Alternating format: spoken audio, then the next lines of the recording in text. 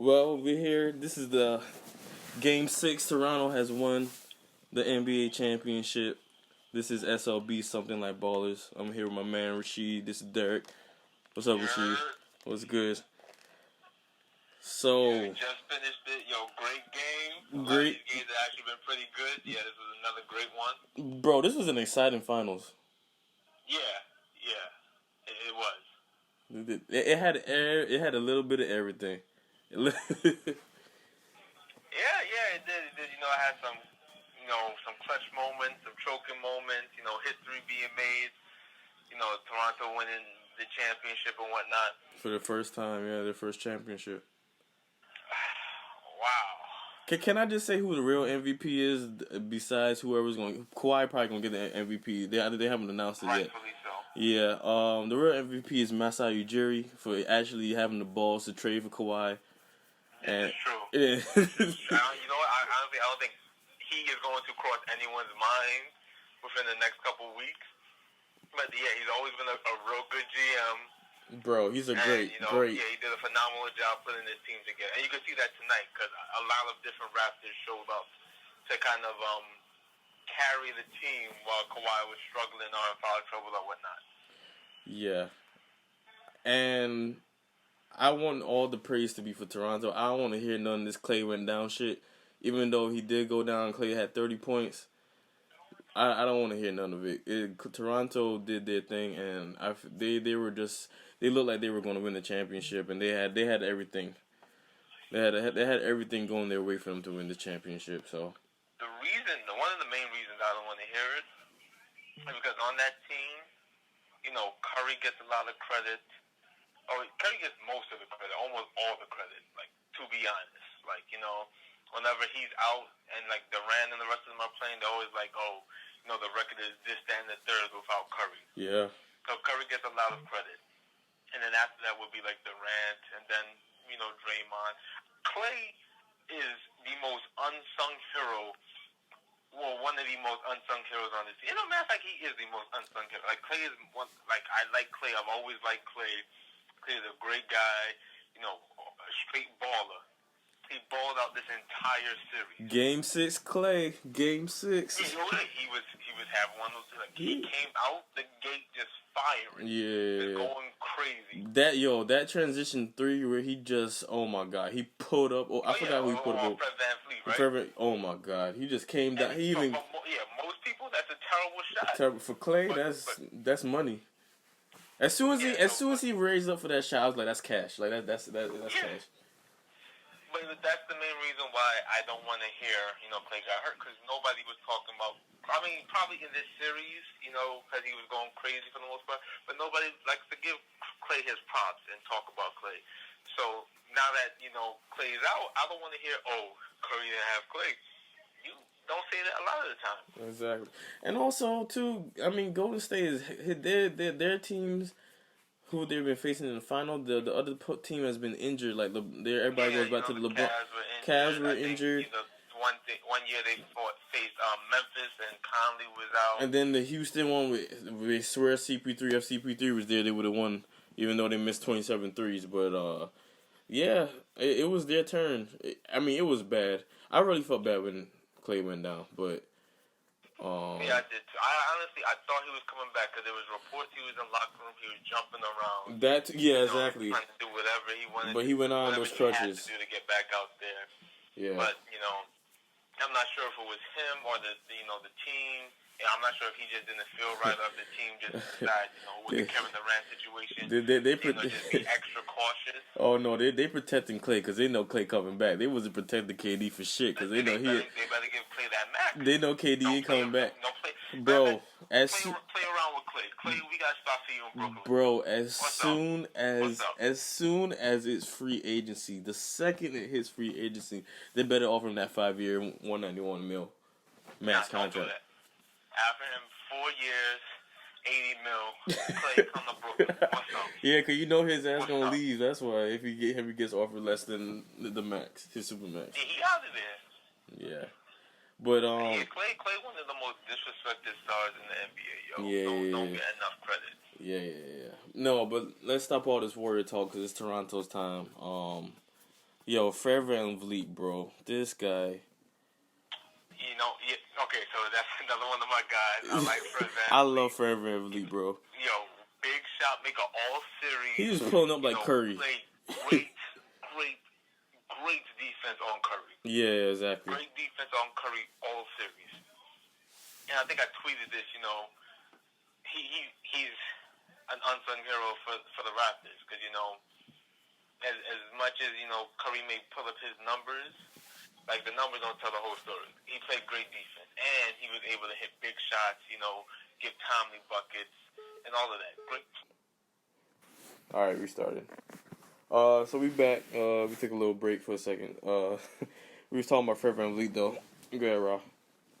Oh yeah. I was just saying, how good his defense has been. Whether it be man or boxing one or whatever defensive packages they'll run out there.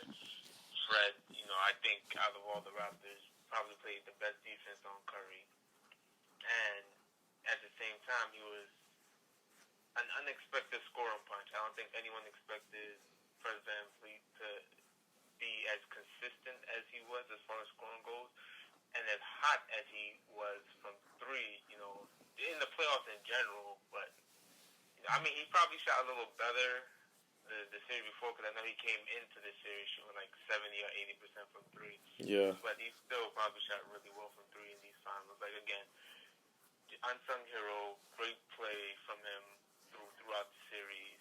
Yeah. And I'm not sure. No, not even I'm not sure. The Raptors don't win this series without him if he doesn't play. I mean, the Raptors don't win the series without their bench just doing what their bench did. Honestly, the bench and the other role players, Lowry stepping up, Pascal Siakam stepping up, Ibaka off the bench. Yeah, Ibaka had a lot of good games. Yeah, he had a lot of good games. Mark actually had a few good games himself. Yeah. Necessarily great this game, but in general, he had like a few defensive plays. Yeah, that he would I think he was coming off a screen and Curry's shooting the ball. At least he got his hand up to at least contest the shot. So he's just a long, big body that is able to contest shots. But yeah, I think one of the factors for them to win was if their role players were gonna step up and play well, and they did. And it wasn't just gonna be Kawhi having to build them out. I mean, Kawhi didn't have that great of a game again. He had a solid game. He had a solid game, but at one point, like I think, like at the beginning of the fourth, he only had 19 points. Yeah. And to say he only had 19 points, like in the fourth, isn't bad. Like that's playing. I mean, but we're talking about Kawhi standards for a Kawhi game, like No, but I'm saying like even if you like enter the fourth with 19 points, like that's not bad. Yeah, no, that's not bad at all. No. Like 26 or something like that. Yeah. But my point in saying that is, even though he had that 19 going into the fourth or like sometime around the fourth, he was the fourth leading scorer. Like Fred VanVleet had 22, Kyle Lowry had like 24. I think Ibaka had like 23 or something like that. Those might not be the exact numbers, but something along those lines. That really shows you how much his team was able to kind of cover. I won't say cover for him, but kind of provide that extra scoring boost. Whereas, Curry, he's losing pieces. And this is, again, not to take away from the Raptors, because the Warriors had, they had their share of, facing people with injuries. And if Curry is supposed to be that kind of caliber player, a lot of people like to put him in the top five, call him the best point guard in the league, things of that nature. He has to find a way to score and do whatever it takes to provide his team with a W. Yeah. I didn't even think they showed a stat in the postseason. He's 0 for 7, right? Yeah. 0 for 8 now. 0 for 8 for now, yeah. 0 for 8 now. Yeah, so it's ridiculous. He had a great... I would say ridiculous because, of course, it's hard. It's hard to hit a big shot.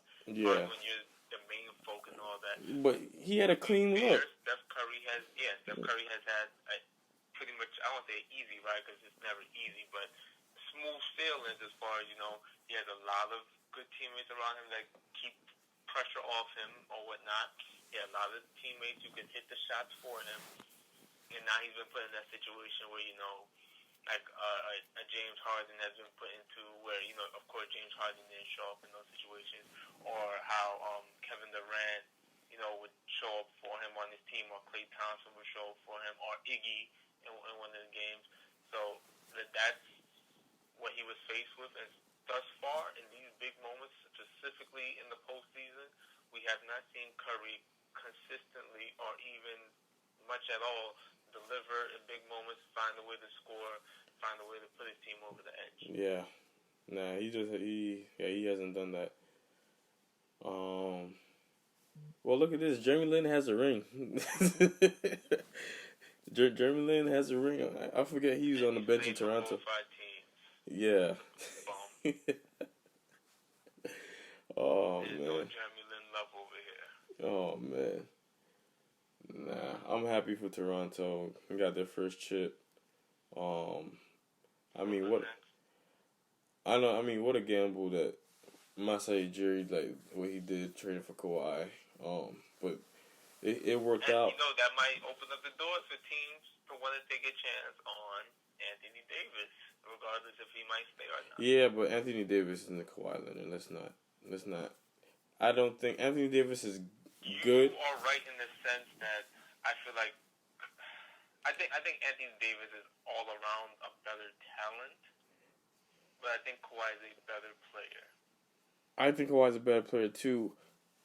I mean, Anthony Davis has the advantage that Anthony Davis is effing 6'11", and it's hard to get. It's hard to get around him, but it's hard to get around Kawhi too. They have a lot of similarities in what they can do offensively and what they could do defensively. But yeah, they do. I still will put Kawhi ahead of Anthony Davis, but I mean, if you put a team around Anthony Davis, I don't think that he brings you what Kawhi is gonna bring in terms of getting to this level, to this championship level. And the reason I say that is because Kawhi's been there.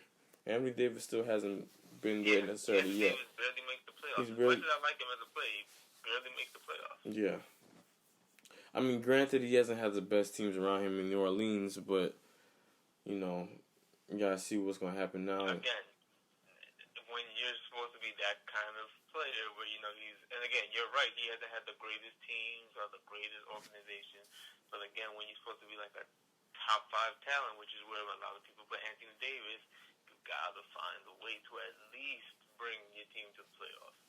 He was killing LeBron for not making finals and stuff, and not winning chips, and he had terrible teams. Yeah, but again, that's LeBron, and Anthony Davis is not. I get it. Yeah. Anthony Davis, he could bring the ball. Yeah, he could bring the ball up the court and whatnot, but he's not going to be setting people up like LeBron's going to set people up and find you. And yeah, then that's the tough part, because it's I don't want to say point guard league. It's a wing players league. Yeah, it is. Yeah, that's what it is right now. Perimeter oriented, so it's tough as a big man to lead teams and stuff like that. So I get it. Yeah. But at the same time, you got to make he's only made 2 playoffs. Something like that. I mean, he swept 2 playoffs. Yeah. He got swept in the first one. He swept Portland and went to the second round, and then went to the second round. Lost in 5. Something like that. To what? Wasn't it not Golden State? Was it Golden State? Yeah, it was Golden State. It was Golden State there. Yeah. Yeah. So, see, I won't hold it against him for example, losing to Golden State. I think, did he face Golden State the first year too? I really don't remember, bro. I think he faced Golden State both times he made the playoffs. So Golden State is juggernaut. He don't have a great team around him. I'm not gonna hold that against him, but I do have to eventually hold not making the playoffs against him. Yeah. Now that does not diminish the talent he is. He will still be a great help to whatever team is willing to trade for him, whether it's a team that knows he's staying or a team that doesn't know if he'll stay or not.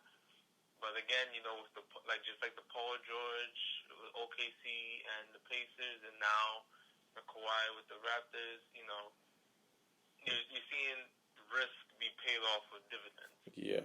All right. Well, let's finish off with Kawhi. Do you think Kawhi stays in Toronto, or do you think he leaves?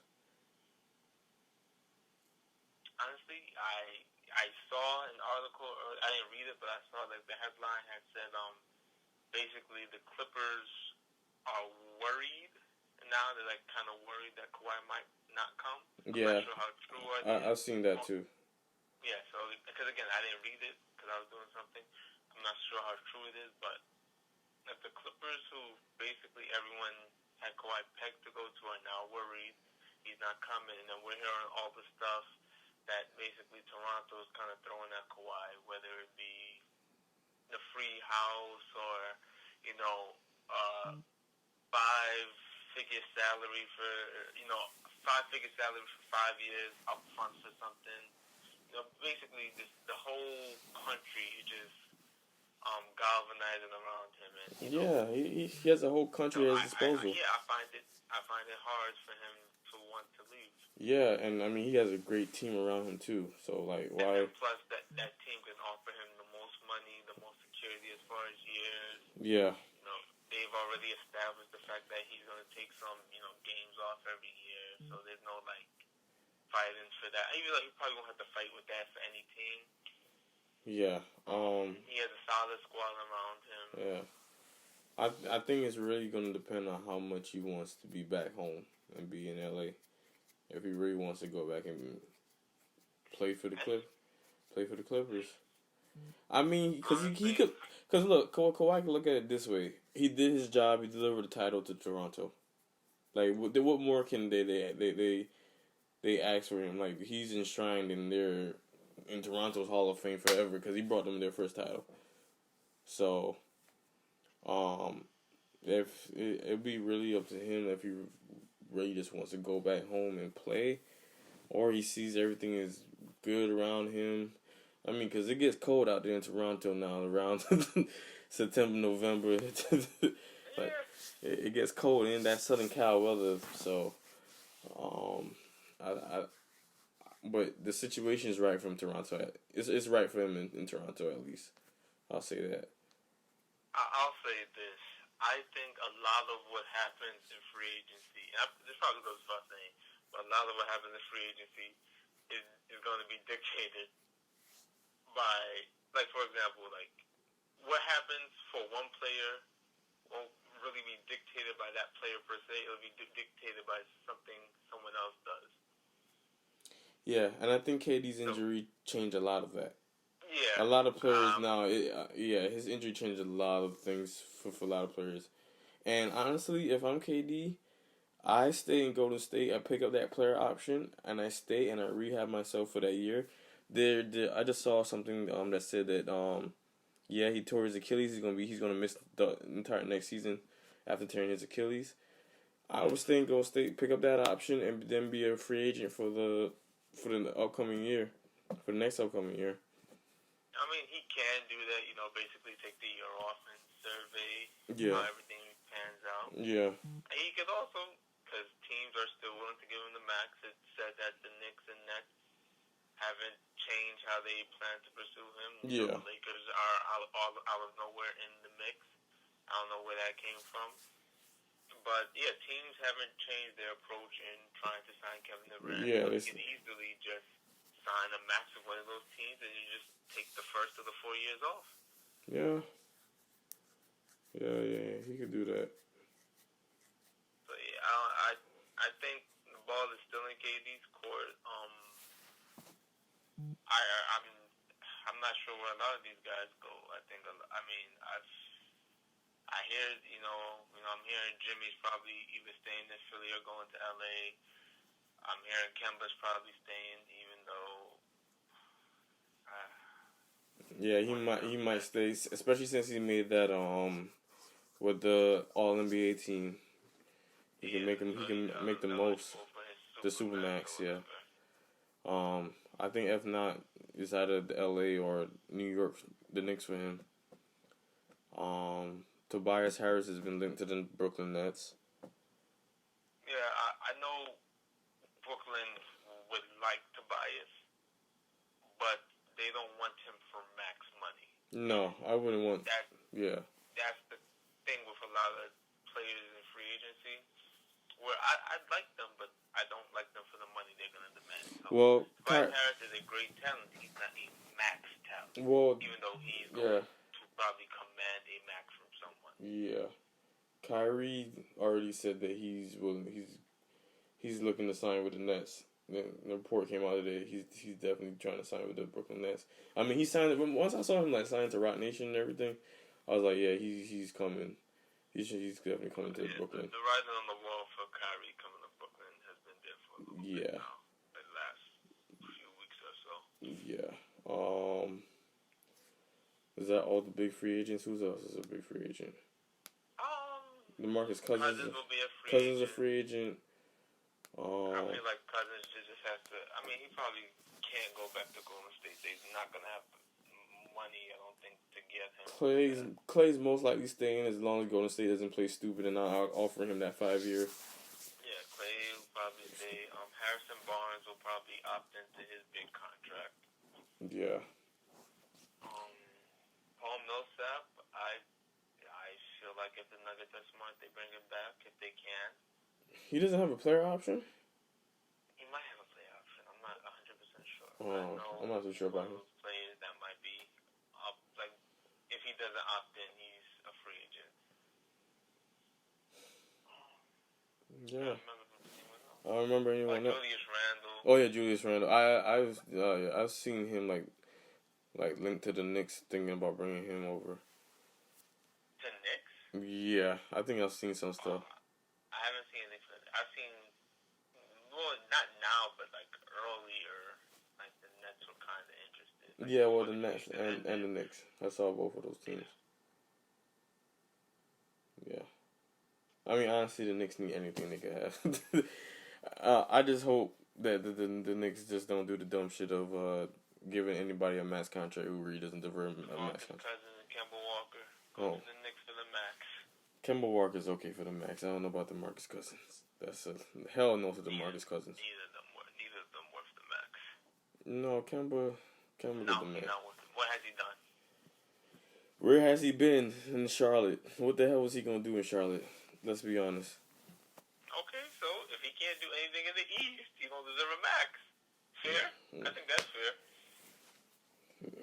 I mean, for his caliber of player, that's what the market's gonna give him. He's an undersized point guard who doesn't shoot very efficient, can't play defense, can't carry a team. I'm telling you, for his, we say all those things, but for him, he's gonna command a max. So. Oh yeah, no, I'm not saying he'll command a max. We just spoke about how Tobias is gonna command. Exactly, that's what I'm saying. So we know what the market is. I'm not saying that Kemba deserves one. I'm just saying that what's gonna happen. So. Oh yeah. So I don't know, but free agency frenzy is soon upon us. Yeah, but we'll speak about that. The draft is next week Thursday. Next week Thursday? Okay, yeah. Next week Thursday. So, I guess we'll try and do a show around the draft. Yeah, we could do a draft night. After our adjourn. If we could do one draft night, yeah, for sure. But Right. yeah, well, let's wrap it up. Well, this has been the NBA season. It's been a great season. The finals was great. Even that finals was up and down, but like it was. Best finals in a while. It was one of the best. Yeah, it was entertaining, because the past two finals weren't as competitive. I'll say it was entertaining. Thanks, KD. Yeah, thanks to KD. But even if it had LeBron in it, but still, like this finals was it had a little bit of everything in it. Clay get well, KD get well. Well, yeah, facts. Thank y'all for listening. We always appreciate the support. Thank you. Like the ratings, the comments, the suggestions. We always appreciate anything y'all can give us. Shout out, I forgot to do this last time. Shout out, Q writes the Nothing But Nets articles. Shout out T and Hood Take. Shout out Boss Chick Rain and Unpopular Opinion. Anything else? No, I think that's everything. Oh, well, shout out for Father's Day this Sunday. Shout out all the fathers out there. And yeah, I think we're going to end it here. We might be back next week for the draft. Might do a special draft podcast. for that. Sometime we'll get y'all back to the regular episodes. Yeah, I mean, this has been working out for now, too. I kind of fucks with this as well. Yeah. Yeah. All right, y'all. All right, peace.